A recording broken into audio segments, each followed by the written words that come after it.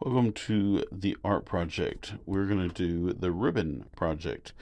We're going to create ribbons that help us to learn about negative space and positive space, shading, and overlapping. First, I drew a square in my sketchbook because the project that we are doing is going to be square. Doesn't have to be.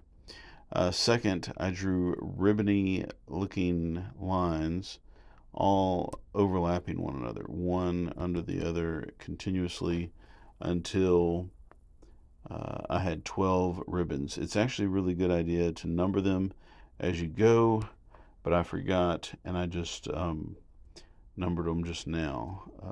But I had to have, and you have to have, a minimum of 12 ribbons. It's really hard to get 12 ribbons in there, but that's what makes it really good is when you try to push yourself to get 12 ribbons. You can do more ribbons if you need to, but you should not do less. So the very first time I did it, it was just to get used to drawing ribbons and overlapping them. This time I'm trying to do something a little bit fancier.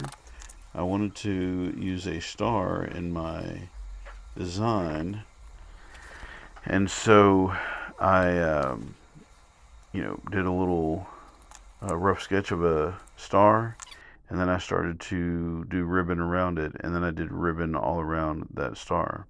Here's another one that I did. In all, I did 4 thumbnail sketches until I figured out what I wanted to do. Unfortunately, I lost some of the footage to show you.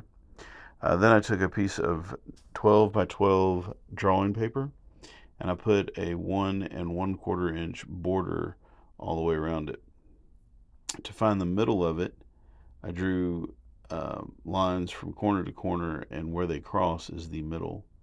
I used that to find the center and draw a circle, and I used the circle to make sure that my star was placed exactly in the middle.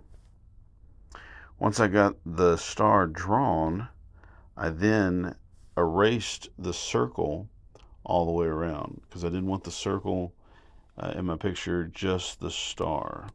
Now again, the star is just a structure for drawing the ribbons, and so I am drawing the ribbons inside the star, and the object was to have 12 ribbons inside of the star. So I kept drawing and drawing and drawing. In order to get them to overlap, I just went ahead and drew through the lines, and then like one ribbon drawn through another ribbon, but then I came back and I erased so that it looked like each one was overlapping. This part of the drawing really took me the longest. I probably spent 2 or 3 class periods working on just laying the ribbons out and getting them the way that I wanted them to be. Now, if you remember my first thumbnail sketch, it was pretty plain and basic. And the idea behind the thumbnail sketches is the first one, you learn how to do the ribbons and the overlapping and to get 12 on the page. The second and third and fourth one is you trying to figure out how to make it unique. Everybody's going to have ribbons. Everybody's ribbons are going to be overlapping. Everybody's going to have 12 ribbons. What can you do to make your ribbons unique and different than everybody else's? That's what I tried to figure out in my sketchbook. Once I got everything drawn out the way I wanted and perfect, I then came back with a Sharpie pen. Sharpie pens do not bleed, and so you can draw with them pretty freely and pretty easily without getting a lot of bleed marks. I'm not so concerned about it bleeding through the paper as I am concerned about it making thicker lines in some places or blotches in some places and thinner in others. Once I got the entire thing outlined with a Sharpie pen, I then filled in the negative space using the fine point Sharpie. I didn't want to get too close to the ribbons with the fine point Sharpie because it bleeds, so after I filled it in with the fine point or even the chisel tip, I then went back around the edges between the line that I made with the Sharpie pen and the ultra and the fine Sharpie, and I filled that space in. So be real careful as you're coloring in the dark areas. You don't want to mess it up, so use the right marker at the right time to do this. And like I said, I used a lot of Sharpie pen because it does not bleed. I then finished all of the ribbons out.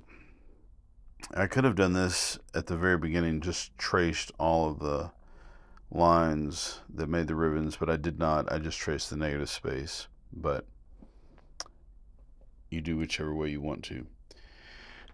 As you can see right here, I'm just tracing the lines, but in just a moment, I'm going to use what's called hatching to shade it. Hatching is a process where you, or technique where you put line next to line next to line, like this right here. I'm going to put several lines right next to each other, not quite touching one another, so you can actually see white paper between each line. And then I'm going to turn the paper around and do it from the other direction. Notice this is where a ribbon overlaps another ribbon. The ribbon underneath has a little bit of shadow on it, and that's what this hatching is for. I did this all over the entire paper, and then after doing this, I decided that I wanted it to actually be darker. So be patient here with me for a minute, because I'm going to go through and do all of the overlapping ribbon with a little bit of shadow on it. And then I'm going to go back and I'm going to do it all over again, making it a little bit darker.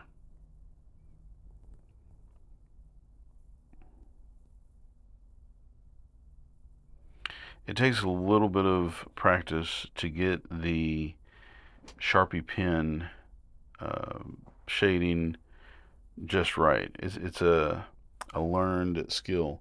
I will tell you this, a lot of students just kind of scribbled right next to it, and that's not what you're doing here. You're not just scribbling. You're drawing lines, one little line at a time, and if you'll be patient, it'll look really, really good. One of the mistakes that they made was they left a space between the ribbon and the shading, which doesn't which makes it look like the shadow doesn't really start up underneath the ribbon. It's really important that the shadow start right at the edge. There it is. That is the completed. This is what it looked like before the extra shading, and this is what it looks like right here with the extra shading. I was really pleased with how it turned out. So now it's your turn to go and make some ribbons. It's your turn to go make some art.